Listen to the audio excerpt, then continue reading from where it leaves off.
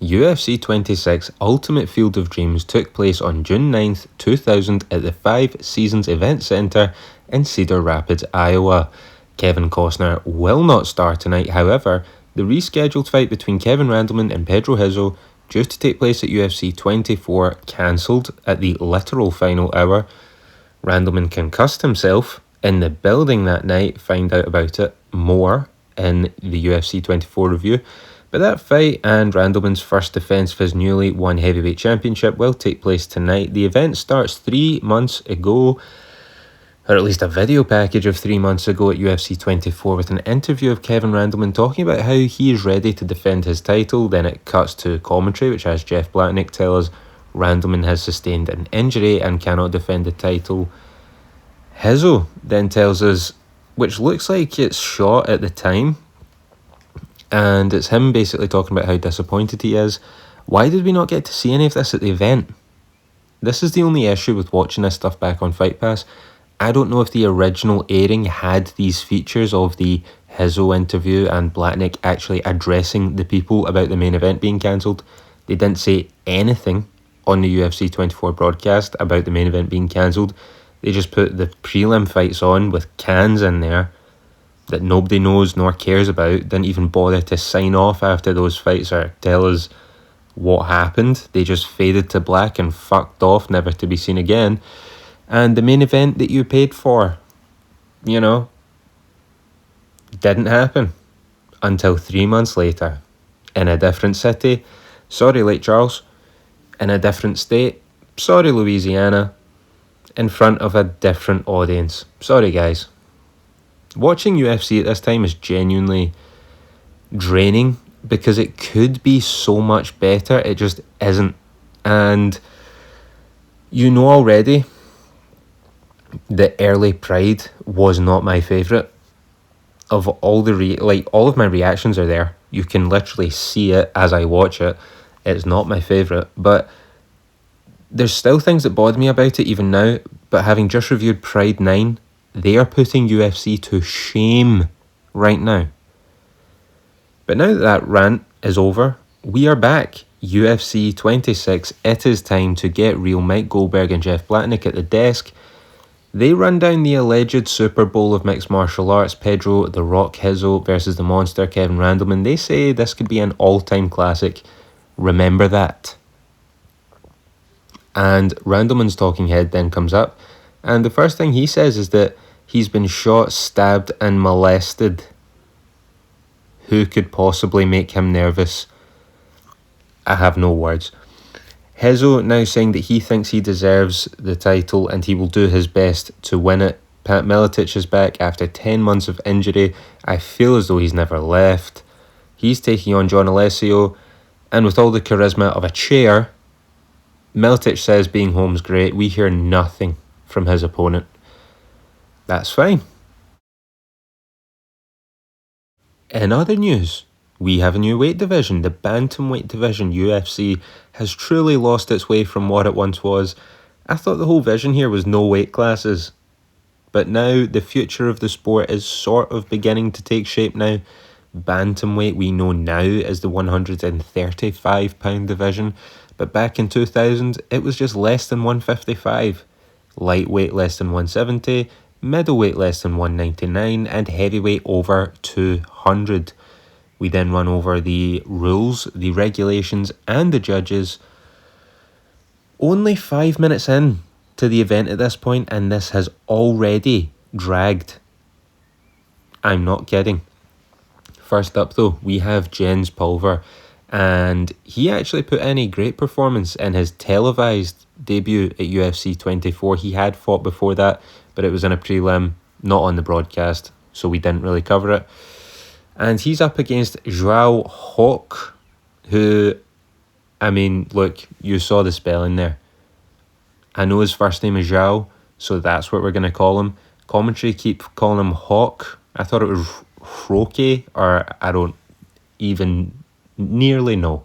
I am not qualified on Brazilian pronunciations, so we're just going to call him João. Mario Yamasaki is the referee not wearing an event-specific shirt like we have become accustomed to with Big John. Yamasaki just wearing the basic black t-shirt. But these guys look 5'7" and 5'4", less than 155. See, in the year 2000, this has a decision written all over it. Jens the Pulverizer Pulver is up there with one of the best names for a fighter we have seen. Maybe ever, but definitely so far. There's been some bangers. I remember at UFC 3, and this name has to be gimmicked, but Roland Payne is another banger. It's up there with that. Meanwhile, whilst we're here, I suppose we'll go over this. Maurice Smith having people in the crowd with the Mo Pain signs. Instead of being called the Iceman, how was his introduction not Mo Pain, Mo Suffering, Mo Smith? It's all in the presentation. Jens Pulver has that name down. But finally, after all that, we have our first fight on the card, Joao versus Pulver. Pulver takes the centre and makes Joao miss the calf kick and he falls over.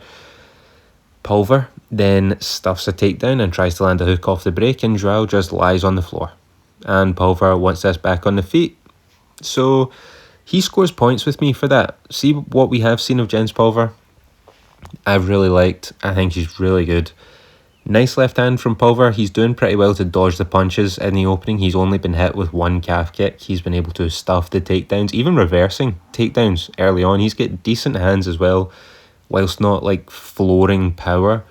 But he's got pretty decent accuracy, at least in the early opening. That would begin to fade later on, but at least in the opening round, pretty decent accuracy. And we're told that Pulver has, Pulver has shoes on, so he's not allowed to kick. We're going to get back to this later, that's why I'm laughing now. But the Iowa Commission will not let him use kicks, which is also why I'm laughing. We'll get to that later on. This rule, though, seems to change after every event, depending on where they are. So I'm glad they at least told us before something happens and we're left asking why. But Pulver stuffing more takedowns, forcing the fight back to the feet because Joao is just constantly trying to lie down. In the final seconds of the first, Pulver tries a combo as Joao clinches against the fence. Round one to Pulver, pretty easy. He's controlled the action. Good defence from both the takedown aspect and striking, not letting many strikes through the guard. Into round two, opening calf kick from Joao and a high kick which lands on the guard of Pulver. Joao finally gets the takedown after about his 100th attempt. As soon as he gets to the ground, Pulver sweeps, shuts down Joao and gets it back to the feet. I hate to admit this, right? Just because, man, Pulver's fundamentals are so sound, particularly defensively.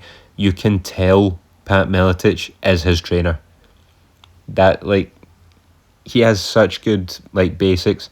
World-class basics, and yeah, you can tell that Miletich is his coach. But Joao, on the other hand, is terrible because at any opportunity he tries to lay on his back, whilst Pulver tells him to stand up, and commentary is talking about how superior Joao is on the ground.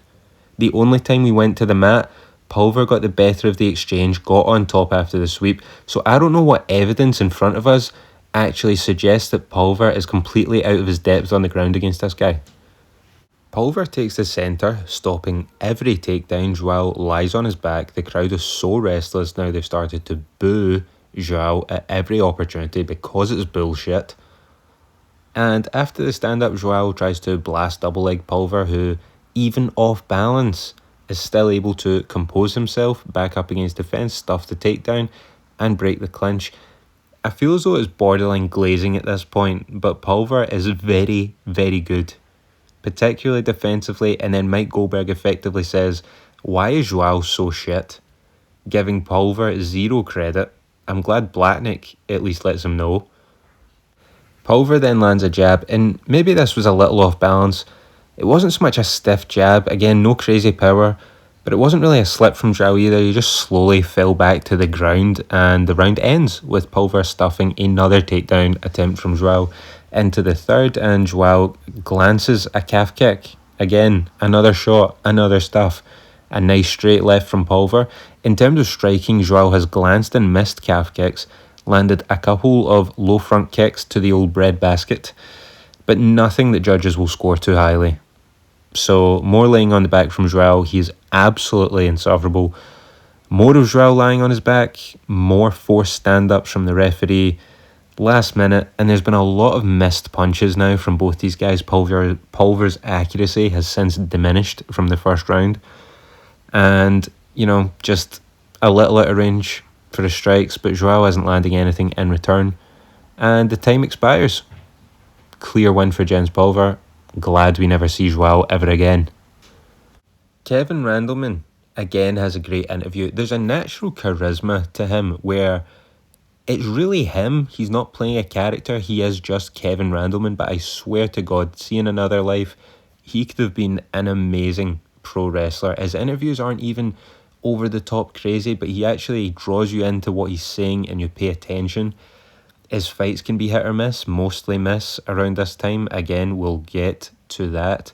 But his interviews are great. I won't go verbatim over this. It was mostly, I'm still hungry, even though I'm now the champion. It's another fight, and it's as though I'm still the challenger. The belt still has to be won. That kind of thing. So Matt Hughes is up next. He's been in the octagon before, again, similar to Jens Pulver, an untelevised prelim at UFC 22. They might have been on the same card. I'm not going to lie. I think they might have been on the same card. At least, I think it was 3 rounds, which means it should have been main card. But like I said earlier, look, maybe it was on the pay-per-view and just not on the Fight Pass version. Who knows? But tonight he fights Marcelo Aguilar, who we don't hear from prior to the event. This almost tells you exactly what is expected here. Another Pat Miletich fighter in Matt Hughes. He must be just growing folk on trees, because how does he have this many fighters? Jeremy Horn also in the corner. Goldberg tells us that Aguilar is a Vanderlei Silver and Ebenezer Braga clone. That's a direct quote. He said that. He said he's a Vanderlei clone. So I'm expecting big things. We are underway. Yamasaki's still the referee, and Aguilar takes the centre and is immediately pushed back to the other side of the cage. Hughes gets the takedown with a slam. He's got Aguilar in his corner, or in Hughes' corner, we should say, landing some vicious ground and pound.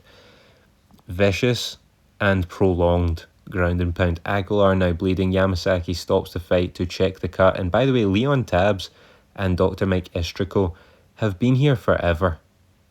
And they use their plethora of experience, wealth of knowledge, to call this fight, and via doctor stoppage, Matt Hughes gets the win. An impressive performance, a dominant performance, a very good win for Matt Hughes. An impressive slam. We didn't really get to see much from him, but when he marched across the cage, just grabbed a hold of Aguilar. The slam takedown was pretty impressive, and then he just remained on top the whole time. It helps that he had his cornerman next to him, but because you could hear them directing him through the fight. They're a pretty good team, and paid dividends because he got it done. So we're then scheduled for a Pat Miletich interview. He has chosen not to speak, which is always great for an interview. I mean, he's chosen not to speak before his fight, and so we don't get to talk to him. Funnily enough, that's sort of how that works. But we do find out a little bit about UFC 27, which is set to take place in New Orleans, no stranger to a UFC event. And that happens to be on September 22nd. The card is set to feature Tito Ortiz. And here we have another case of UFC promoting something that won't happen. They cannot help themselves. They have to do this every so often. So the card is called Ultimate Bad Boys, named after Tito Ortiz. It does not feature Tito Ortiz, but will feature the return of Dan Severn. We don't find out about that here. I'm just telling you now. Tito Ortiz is promoted for this event to defend his belt for the first time, and they say he will be in the octagon, and he will not be. So there is that. Tito is on commentary. He speaks English pretty well here. He's actually legible. And for the entire time as well. It's like, with Tito Ortiz, it's hit or miss. It can go either way. But Tito here just name drops his training partners, Chuck Liddell, still included in there. So, oh, how it will turn out. But Tito's actually going to stay on commentary for the next middleweight fight between Amore Bitesh, we're just going to call him Bitesh, and Alex Andrade. We'll just call him Alex, because I can't remember if it's Andrade or Andrade. So, nice to see Bitesh. We seen Bitesh all the way back at UFC 9. He lost to Don Fry, in which, if I remember correctly, was the best fight on the card that night. So we'll see how this goes. UFC 9 wasn't one of my favourites, but we're here now. Big John is here to referee, finally, and we open up with a nice kick from Bitesh. He has the edge in the early exchanges. And Alex looks like he's just liberated Ken Shamrock's bag for his gear. This looks like old Ken Shamrock from the early days. The resemblance is uncanny, but where there's no resemblance is how badly he's getting beaten up by Bitesh, who just starts like bang 1-2 combinations, rocks him against the fence, ends up clinching, lands a nice knee, and then out of nowhere, Alex knocks down Bitesh with a left hand on the end of a 3-piece combo and then inexplicably kicks him in the head when he's down, against the rules. And would be against the rules anyway, never mind that he has shoes on as well. This complete idiot gets a warning, and then after the restart, instantly knocks down Bitesh again with a 5-piece combo. The 4th sent him, but he was still able to catch him like before he fell down with the 5th.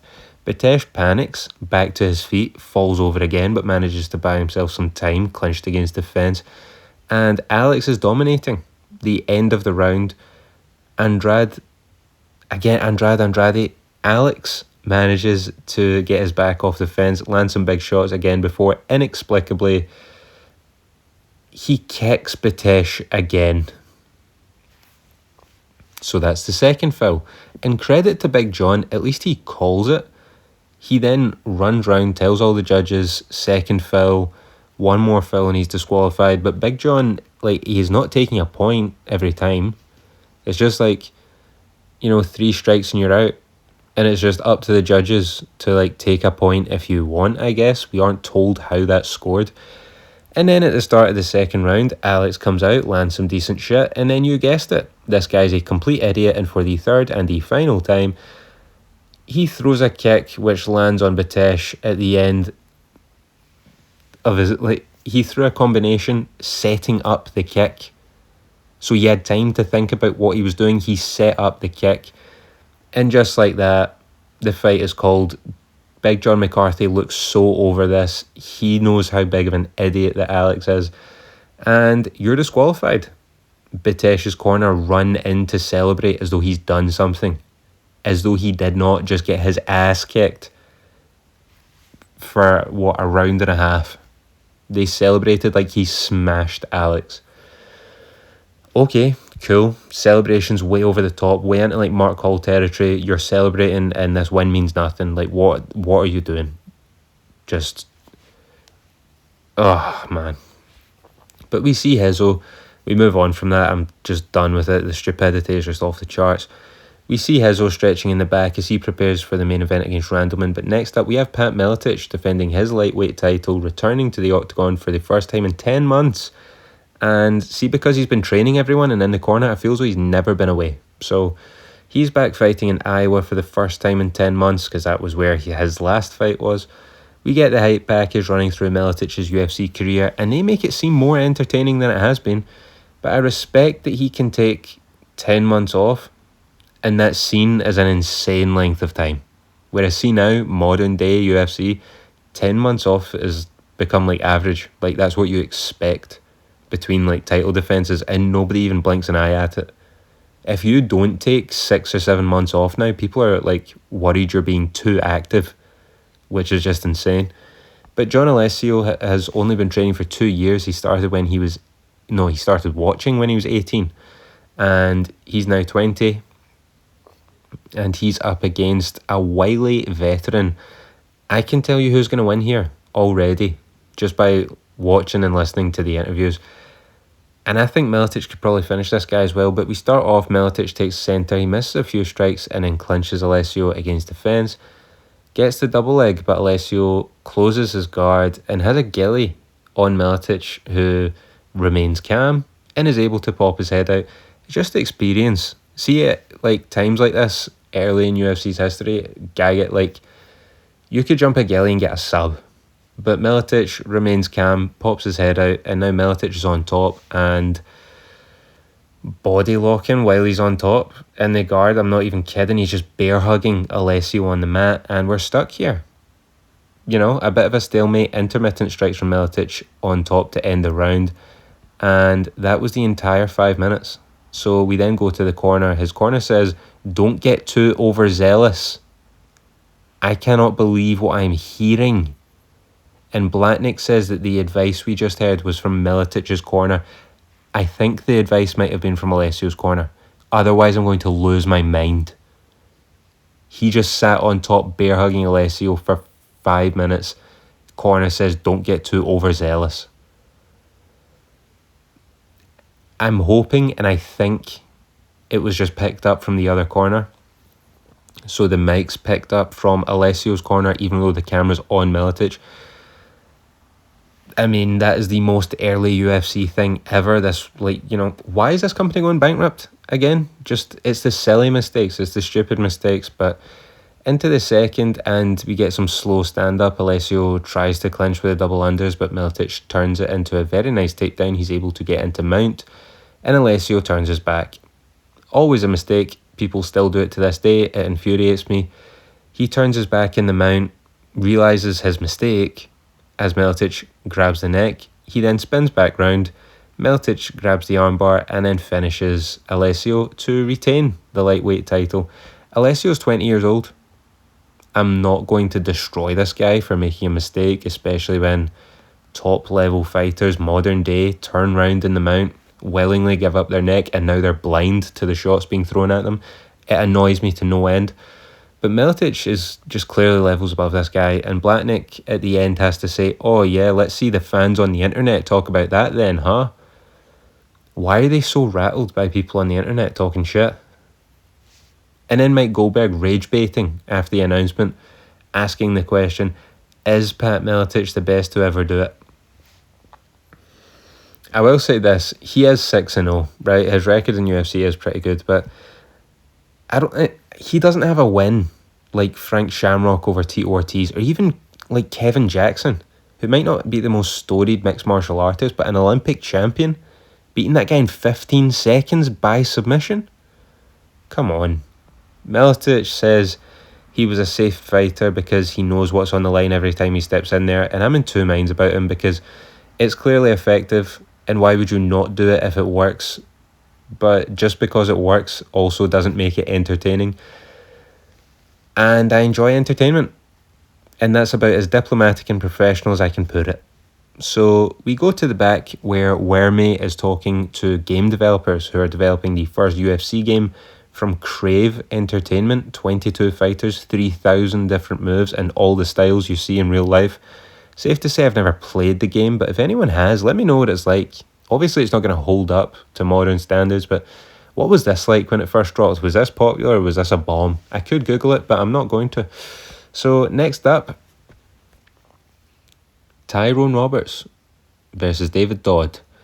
Two complete unknowns after a title fight. So that's just in here to kill the audience, before the main event, to kill the audience. That's always a good idea. And look, who genuinely cares? These guys, see when they're standing in the octagon, initially don't even look as though they're from the same weight class. And Roberts is the shorter of the two, and he's landing the better punches to start. We go to the mat, Roberts is on top, and see, just for a minute, okay? I know that we're not going to put Pat Miletich in the main event because we don't trust him to deliver an entertaining fight or whatever. He's in Iowa. The people like him, they cheer for him, they react to Pat Miletich even though nowhere else does. So the context of where you are, Miletich can main event. It's okay. Why? And I understand why they do it, but I'm glad modern UFC doesn't do this.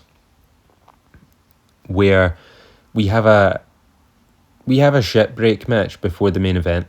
No, absolutely not. We cannot go from the highest level in the sport, the World Championship, to two unknowns to then back to the highest level in the sport, it's like whiplash. Okay, it's not good, it's terrible. And I understand the thought of, well, we'll give people the chance to go to the toilet or to get something to eat or to get a drink, and lots of people are drinking. We'll find that out at the main event. But look, who cares? These guys, like, and no offense to them, right? I don't know who they are as people. I was going to say they're good people. I'm not going to comment on anybody's character. See, after Joseon and who's the other one, Travis Fulton, I'm not going to say, look, these guys are probably nice. I have no idea who these guys are. I do know that Tyrone Roberts' brother is Andre Roberts, the chief, or whatever they call him. We've seen him before. But that's it. That is genuinely it. Dodd here trying to work a submission from the bottom, and you hear Roberts' corner telling him to get out of there. And whenever I hear that, I always hear it in Joe Rogan's voice, and it's becoming an actual problem.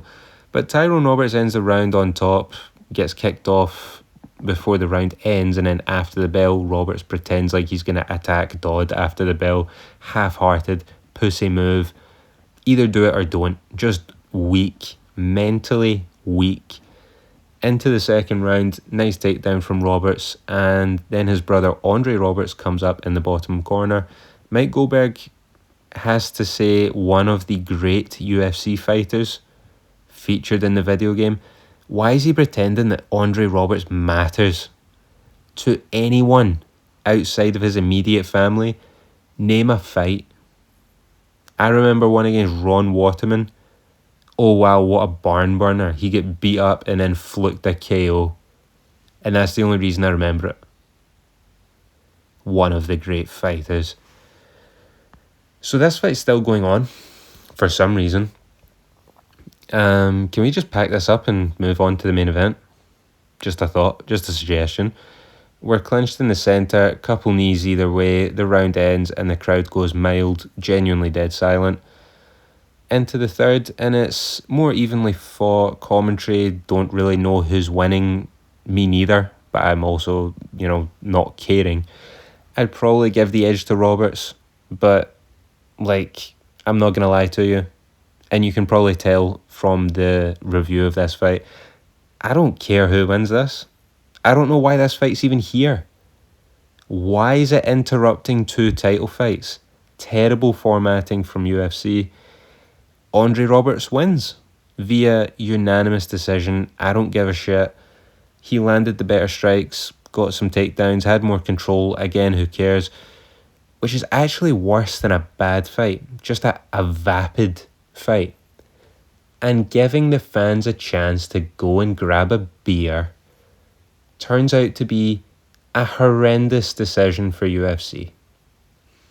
So, at least hopefully, they will have learned a lesson.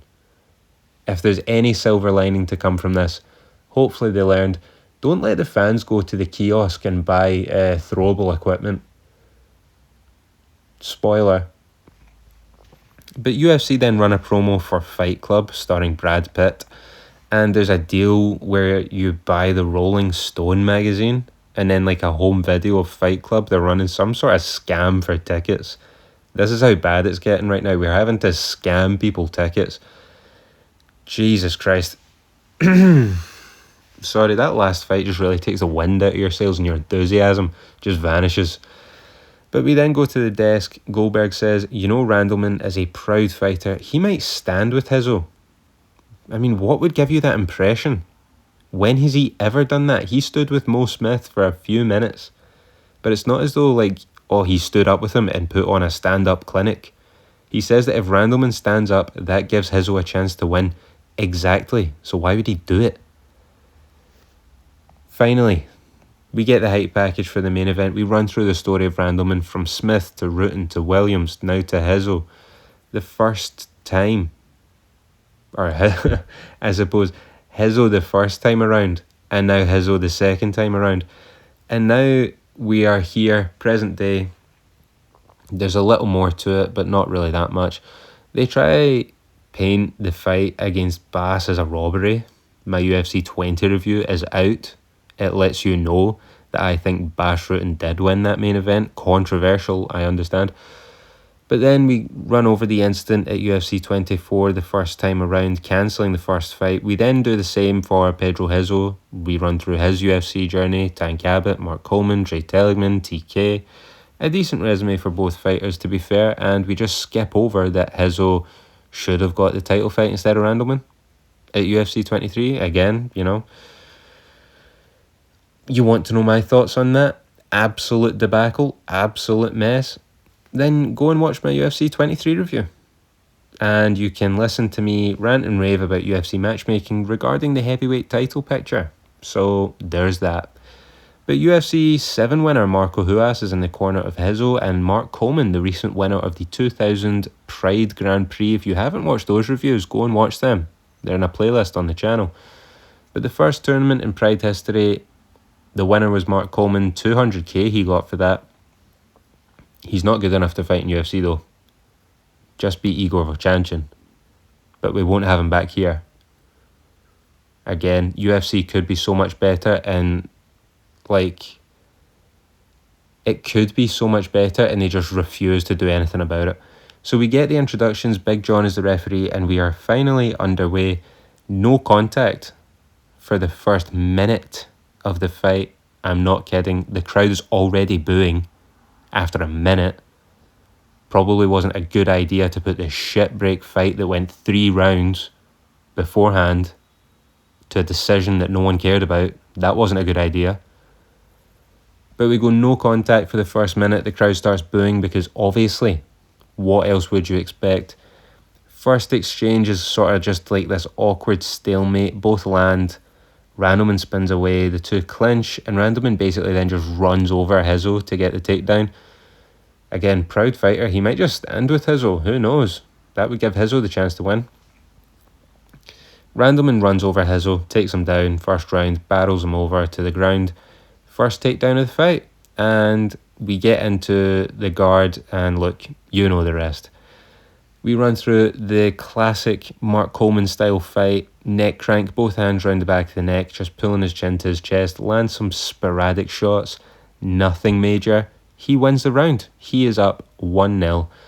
And into round 2, we were no contact for, 2 minutes now? Into the second. So we were non-contact in the first for 1 minute. Non-contact for 2 minutes in the second. Big John literally has to step in and tell them to fight. Meanwhile, Jeff Blatnick runs PR on commentary, saying, don't worry guys, it's a 5-round fight. The action will eventually happen. As though we've never seen this bullshit before, like, play out. As though we don't know what's coming. Again, the desk has zero credibility at this point. They just lie to you. The crowd genuinely starts chanting bullshit or boring. I can't make it out. It's one of the two. Vociferous B chants. That's how bad this is. Seriously, they continue to boo. Rizzo lands a high kick on Randleman, who to this point only really landed a jab. The fight has been truly pathetic. Who even wins this round? Commentary are calling it a draw, even though that's not how the 10-point system works. Someone has to win 10-9. It can't be a draw without a point deduction. But I can't call this round. Genuine coin flip. Seriously, nothing happened. So we get into the third. Nothing happened in the first two. What makes you think round 3 is going to be any different? Randleman closes the distance with punches. He's able to clinch with Rizzo. And now Rizzo's bleeding a lot. Now I couldn't tell off first glance. Clear head clash, by the way, when Randleman's charging in. But Rizzo is now actively complaining to Big John whilst clinching with Randleman. He's literally stopping to talk to Big John in the midst of the clinch with Randleman. We break. There's more nothing happening. That's then broken by a low kick from Rizzo, and then more periods of nothing. The crowd begins to boo again, and Coleman screams from the corner, because they make the corners, you need to score now. And then Rizzo lands a nasty high kick on Randleman, which barely even gets a reaction. The crowd have been beaten into such a submission that the high kick that lands gets no reaction. And then with seconds left, Randleman nails Rizzo with a right hand, gets the takedown basically the same time. He closes the distance, bang, lands the right hand over the top and takes him down at the same time. As soon as he gets him down, the horn sounds. You can't even make this stuff up. I'm not kidding. Watch it yourself. Round 4, because there's more. No one asked for this. More nothing to start round 4. And see, when I say nothing, I mean literal minutes of nothing. They exchange jabs, barely even in range. The crowd boos vociferously as Blatnick compares this to Severn and Shamrock, one of the worst fights of all time. Not the comparisons you want. Randleman with 10 seconds left, of course, because we only do something where there's no time left. He lands a 1-2. What's even the point of watching this shit? Blatnick literally needs to scream on commentary over the top of the booing from the crowd and the corner going ballistic. Now, if there was a doubt in anyone's mind, Pride FC is the premier MMA company.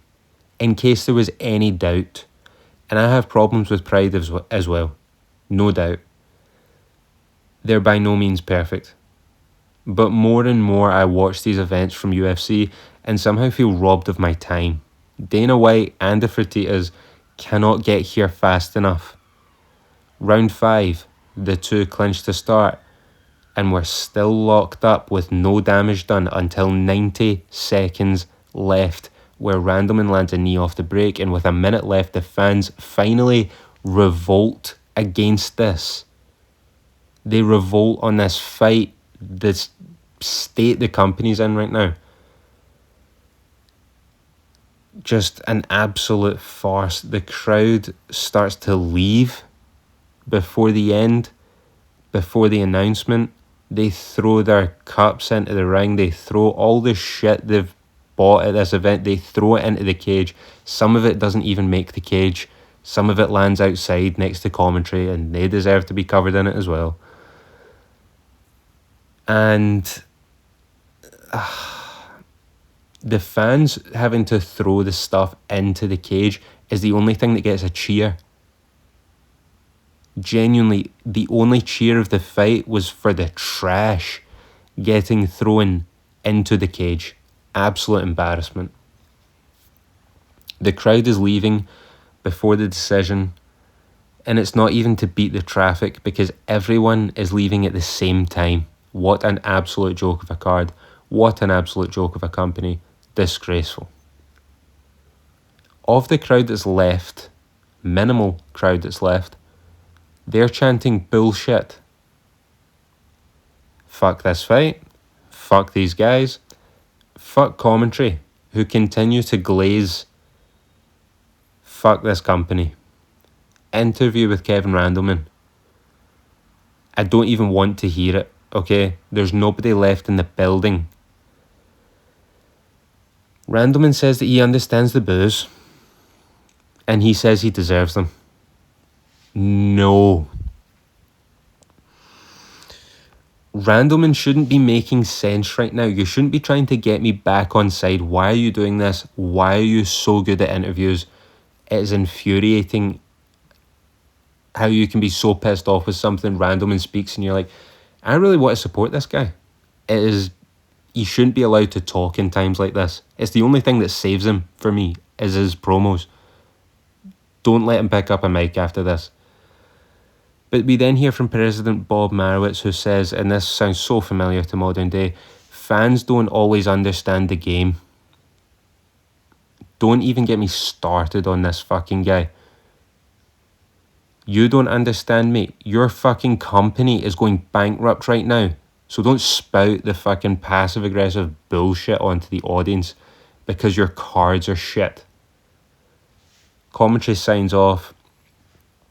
And that's us. We advertise Tito Ortiz for UFC 27. He won't be there.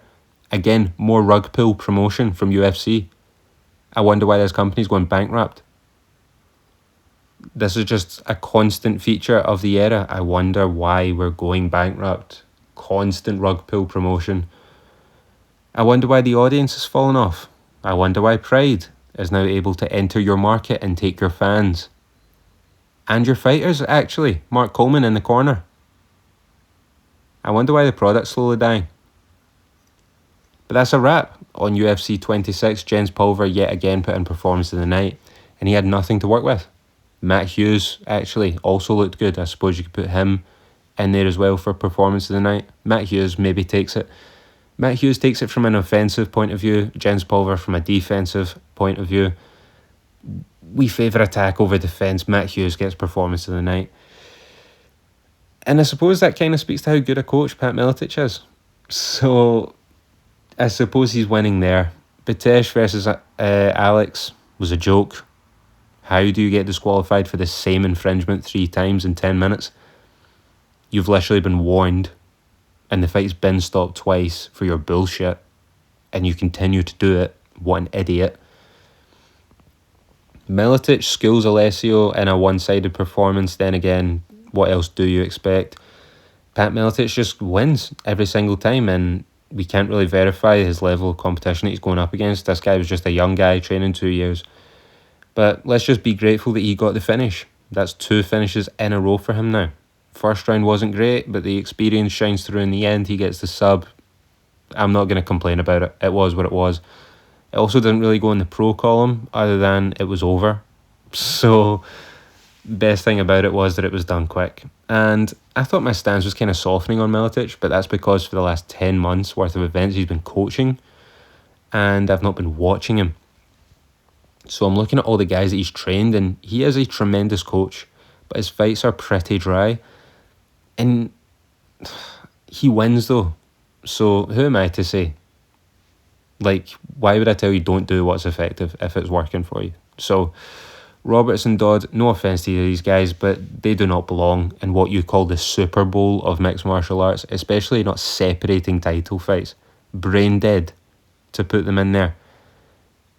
And like, there's a reason that now UFC put the title fights at the end of the card one after the other and don't go from the highest level in the sport to 2 cans that nobody knows nor cares about to, like, not even stink up the joint, but just put on such a dull performance. I called it vapid earlier, and that's the best word that I can use for it, vapid. And then you go again to the supposed highest level of the sport between Randleman and Rizzo. They didn't act like it. But in theory, going from title fight to early prelim fight, thrown in the middle, back all the way up to main event title fight is just stupid.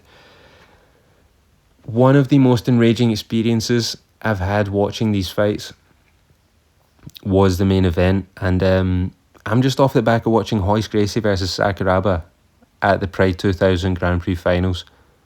You know, we watched Gracie versus Shamrock.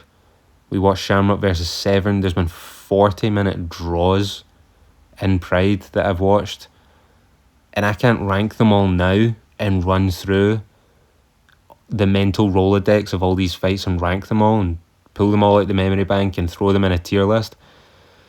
But this fight here is 100% in the conversation for the worst I've ever watched. 100% no doubt in that conversation, and I hate that, because both of these guys individually have had good fights against other people. Randleman not so much. Randleman's fights are typically pretty shit, but his promos are really good. His fights will get better, and that's the thing. I've seen later stage Randleman where it gets a little better, and so I'm kind of willing that to happen now, and it's just not. His interviews are down, but his fights are literally down. Like, they're literally downers. They're depressing to watch. They're not good. One of the most boring fights of all time, if I didn't mention. So next time at UFC 27, Ultimate Bad Boys, Tito Ortiz will not be there, even though he's advertised. But I'll tell you who will be there, Dan Severn. He's making his return to the octagon, first fight back since UFC 12, where he lost to Mark Coleman in the unification match between the super fight title and the heavyweight title. Or no, unifying the tournament title and the super fight title to make the first heavyweight champion, because Don Fry was supposed to do it with the ultimate title and fell out, so Coleman had to come in. Look, all the history's in these videos, you can go back and watch them. But the last fight we watched from Dan Severn was against Chemo at Pride 1. That fight's also on the channel. So there's that. But not only that, Maurice Smith is on the card as well, and that's about it. Card looks really, really sad. That's it, folks. It's the dying days of the sport. It's the dying days of a promotion. A company that has lost its way, and soon it'll be over. Or in the words of Mike Goldberg, it is all over. So join me as the Titanic begins to sink. Folks, hit like, hit subscribe, hit the notify bell, and let's all pick up our violins as the ship begins to go down at UFC 27. I'll see you all there. Bye-bye.